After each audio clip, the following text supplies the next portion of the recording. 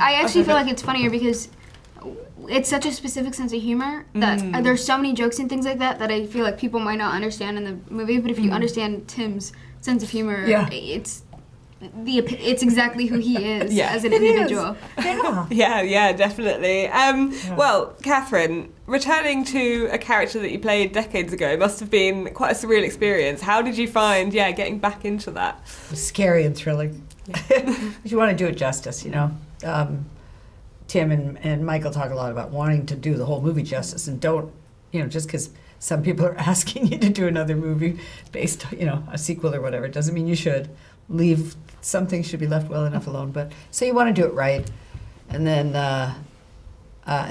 Tim did come up with a way to do it. And I think working with Jenna on Wednesday really kind of unlocked the door that he needed, because he had a lot of ideas, but it just kind of put them all together, working with Jenna. So that was serendipitous. And then, and I happened to watch, the movie was on TV right before I left for London to shoot. I was planning to look for it, but I didn't, and then it came on TV, and that really helped.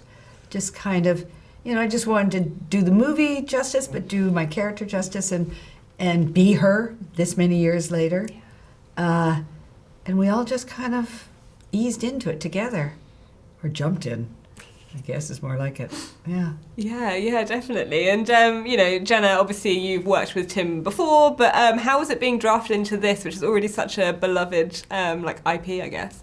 It's pretty insane. I mean, because you don't think that Beetlejuice is going to come back. I didn't assume that I was going to work with Tim on another job, or especially not a film and not one like this. So I was just really surprised and grateful that he even asked me. And then I showed up on the day, and I don't think it ever really hit. It never really hit. And then I did this, I felt like I was watching you guys, because to see these characters come back to life, and Michael jumped right back into it. Yeah. Winona did as well. Suddenly she had the bangs. You had the waddle down perfectly, swinging your arm. It just was like I had to remind myself to be in it, because I was just so fascinated by everything that was going on around me. I'd never seen anything like it before. Yeah, completely. I can imagine. And obviously, both, without giving too much away, both your characters spend some time in the afterlife set. Yeah. How was that? Because it looks so wonderful on screen. What was it like being in it?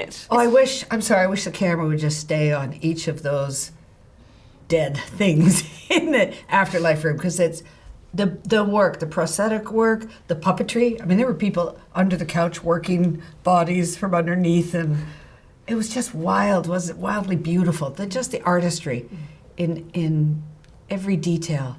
You just want the camera to just linger slowly on all of them. Yeah, it's definitely a world that inspires so many different artists. I feel like all those details that people will never see. It was the incredible teams that we had working on things, thinking like, oh, what would be funny, down to stamps. Like people had weird, interesting stamps, or skeletons in the background moving and talking, and there were so many creative deaths that nobody ever saw. There was a figure skater who was sliced in half by her own shoe.